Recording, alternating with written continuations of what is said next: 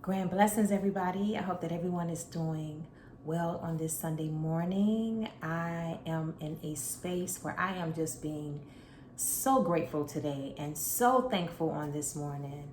I just woke up with this high intensity of thankfulness and honoring where I am and being grateful that I took the steps to get to this space where I am. And I also want to thank the Esoteric Soul Group, and these queens have just been amazing with us sharing with each other and honoring each other and allowing each other to expand and to grow on so many levels in so many ways, and not feeling restricted, not feeling like we can't exist in a lot of ways. And the Esoteric Soul Group allows us to be able to do that.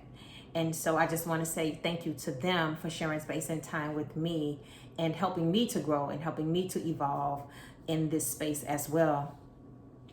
Like I was saying, I just woke up in this place of gratitude this morning and thankfulness and just honoring like where I am and just being grateful that I was bold enough to, be willing to move beyond where I was existing. And not that that space was wrong. It was just I got to a place where it was just no longer serving me. And I needed to do something different because I was suffocating, right? I couldn't breathe emotionally and mentally. And sometimes we have to realize when the hard drive is full.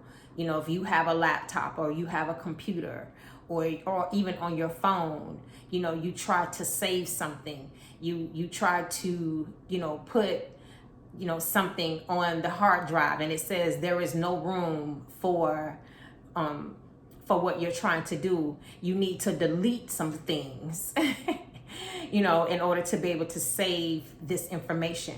And so my hard drive was full and I had to make a decision to delete some things off my hard drive and remove some beliefs and thoughts that I had been carrying on my hard drive that no longer serve me. Even when you look at your hard drive and it tells you when the thing pops up and say, listen, there are some things you have to delete some files if you want to save what you're trying to save, basically.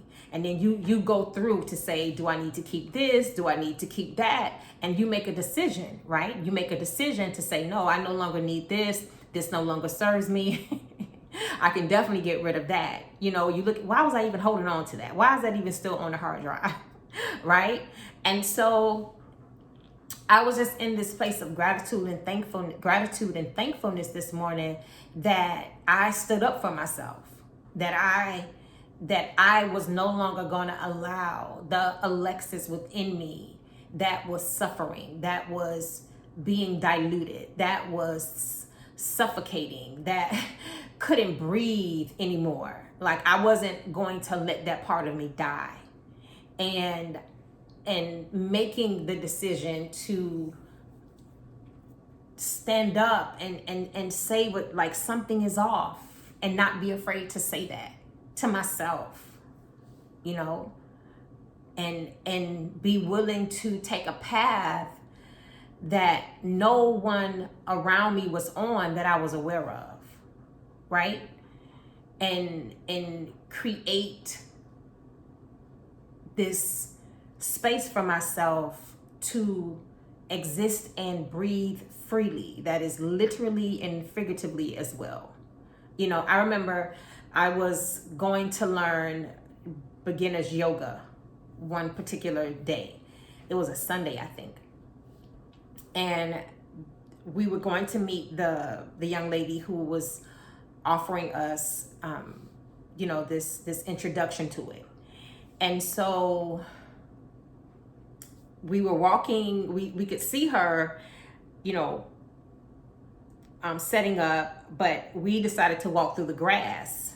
And sometimes I can be a little girly.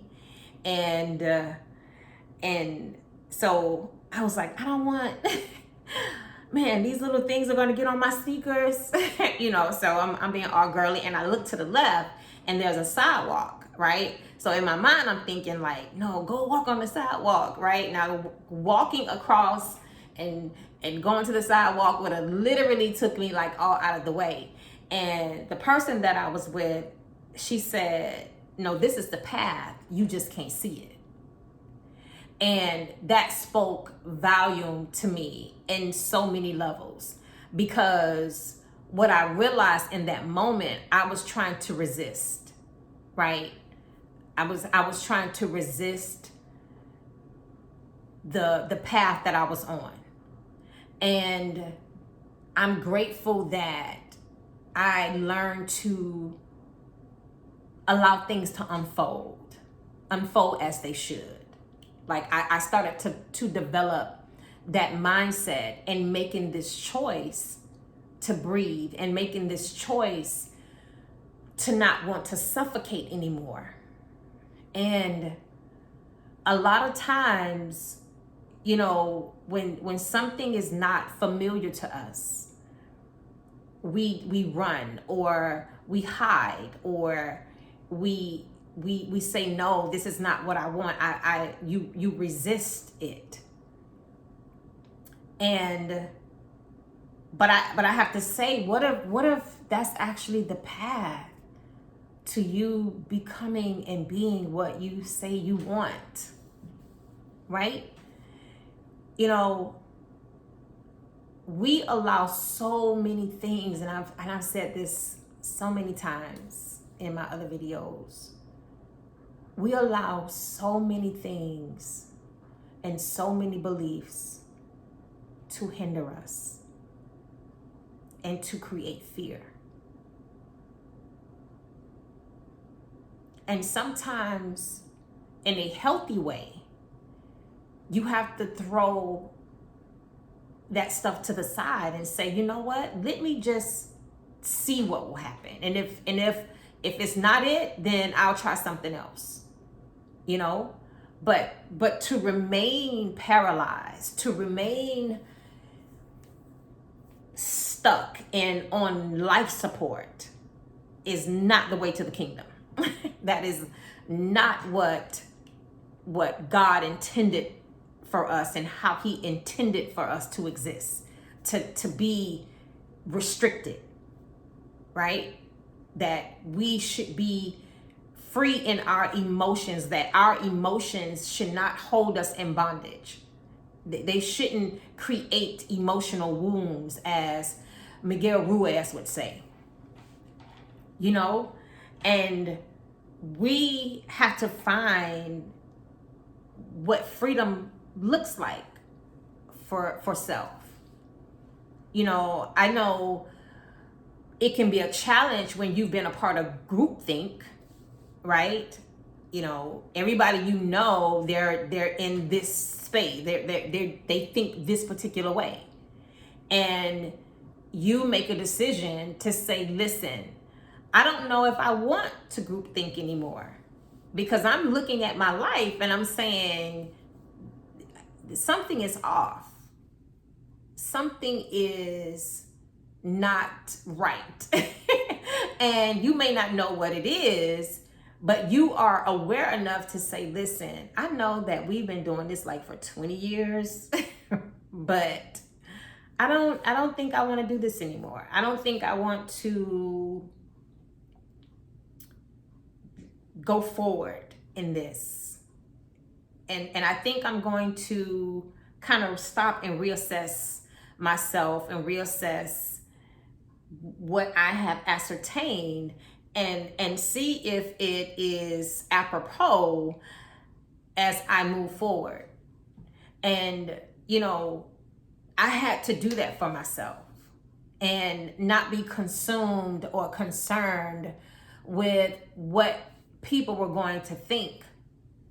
A lot of times on this journey, in this path, I tell people to move in silence, and not from a place of hiding. I tell them to move in silence because we've had so many voices trying to tell us what to do, how to do it.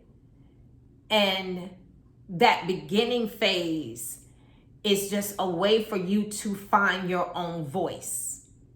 And that's why I say move in silence, grow in silence, evolve in silence, right? And when it's time, you know, it'll do what it's supposed to do. Your growth will show on its own. Your evolving will speak for itself, right? A flower doesn't say, look at me, I'm blooming. The flower just blooms, right? And so we have to get to this space where I'm willing to move in silence. You know, I was just like, I'm just going to be quiet and do this, right? And then I would talk to certain people and they was like, oh my God, you just sound different. You're like, what are you doing? And I was just saying, I'm just doing self-development. Like, I wouldn't say I was in therapy, right? I wouldn't say, I'm listening to Dr. Joe Dispenza. Like, I'm just, I'm growing, and a friend of mine was just giving me books, and I was embracing the books and reading the books, and I was just ascertaining knowledge and information that I was not familiar with, and allowing it to do what it was going to do, and not be afraid to challenge myself and to challenge my belief systems. And when I say belief systems, I'm not even talking only from a religious place. I'm just talking about my whole existence. And I just moved in silence, and allowed myself to be, and allowed myself to begin to unfold. And as I liked what I was seeing, I became assured in what I was doing for myself, and this path has just been it's been so amazing to me. Like, the things that I would obsess over and overindulge in as far as thinking goes, it has diminished, and it is diminishing. And learning that I don't have to group think has been amazing. I don't know if I said this on one of the videos or one of my Zoom teachings, I'm not sure. But when the opportunity presents itself for me to share with individuals where I am, and I begin to ask a series of questions, whether that's through coaching, whether that's through teaching, or whichever,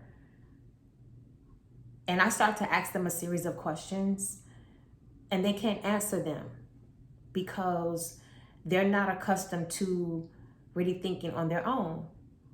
Everything is because this is the way we do it, and I've done this for 20 years, and I've done this for 30 years, or this is the way that I was raised. And we don't know that there are other options, right? We don't know that there's other things that exist. One of the things that I am grateful for, the first time I went out of the country, I was 7 years old. I went to Sierra Leone. I went to England, and I can remember being 7 and being in these spaces and feeling free and not feeling like, oh my God, I'm restricted. But because we only think that the world that we live in is the only world that exists, and we don't know, like, there's other things. Like, I meet people, like, I can go to a particular city, and then I'll be like, well, hey, have you ever been here? And they're like, no, I've never went outside of my city. So you mean you've never just like gone 2 hours down the road? And they're like, no. And we don't understand that there are 100 other worlds outside of the world that we live in. And so they don't even know that they have these options. They don't even have the capacity to to think on their own without it being groupthink. And so you have to just make up in your mind, even in the fear, like you have to move in the fear. It wasn't easy for me. You have to make up in your mind to move in the fear and what it is that you want, because it wasn't easy for me to do what I did initially, because I was consumed with groupthink. I was consumed like, oh my God, what are they going to think? Oh my God, they're going to think this.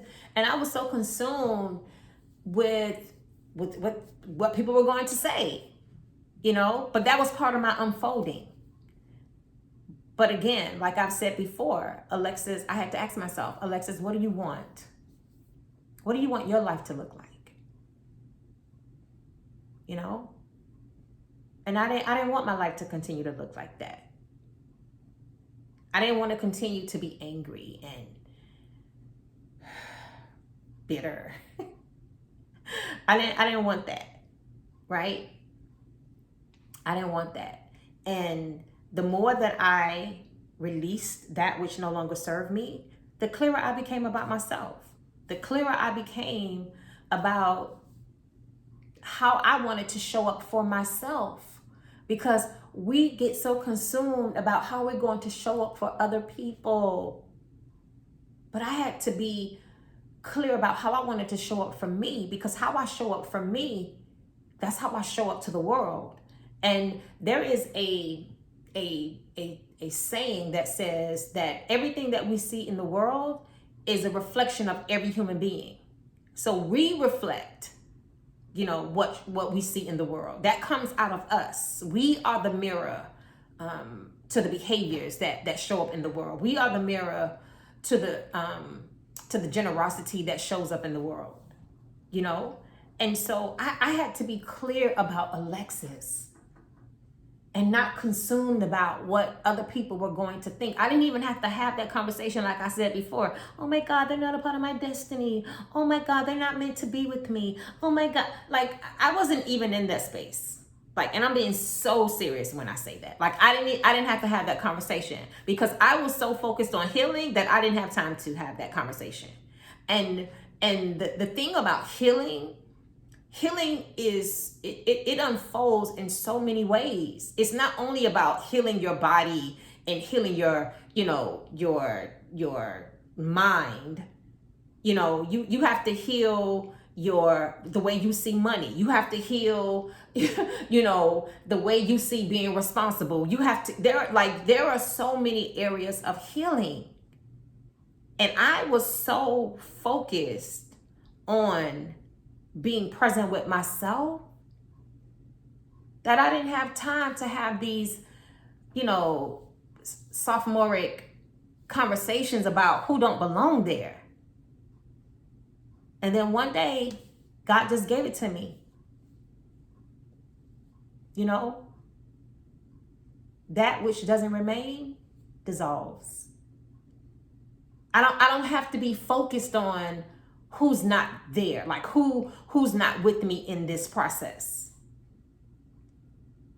But a lot of times we get consumed with that because we either want people to come with us, or we low-key want them to come with us because we don't want to do it on our own. But when I start honing in on my womanness, talk, Alexis,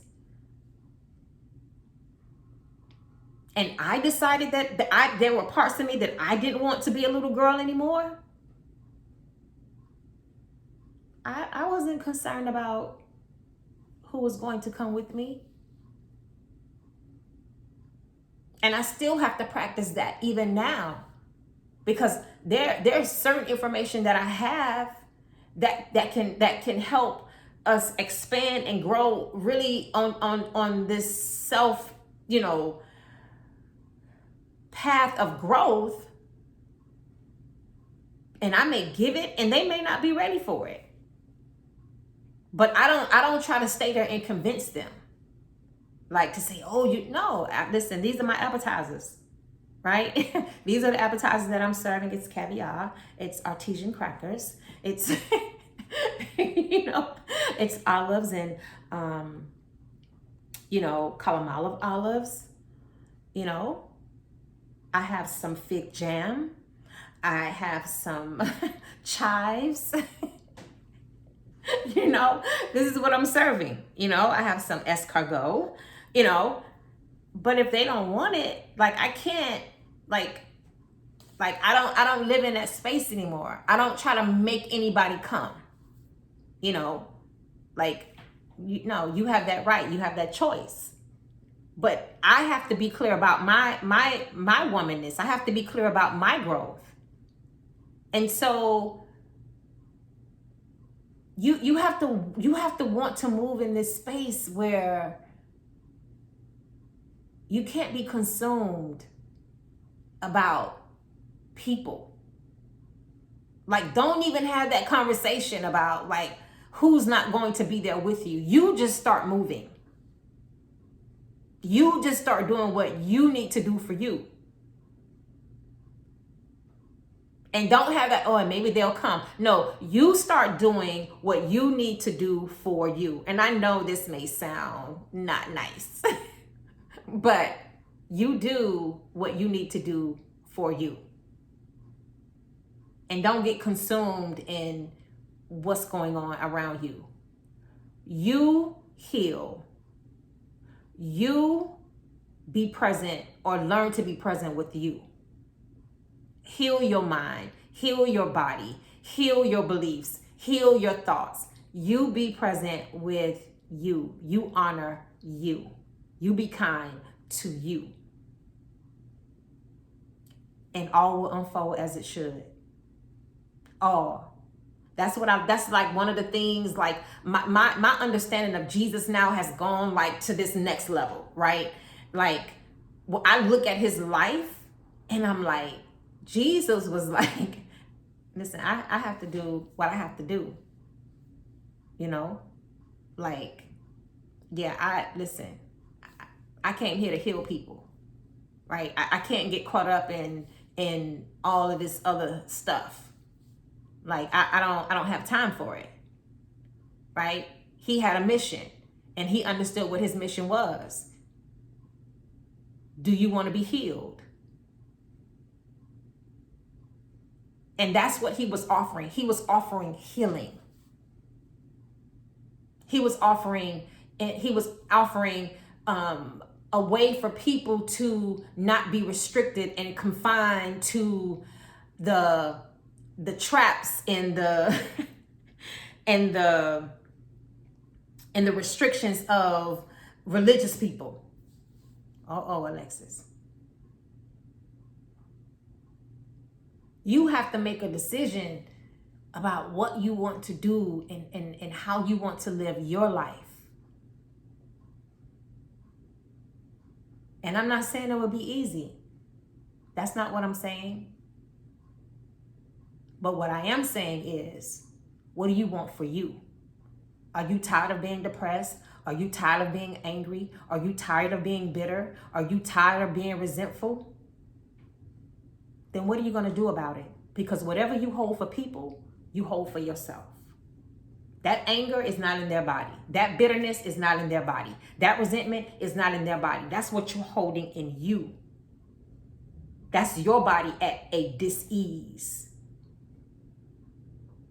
That's your body holding suppression. That's your body holding depression.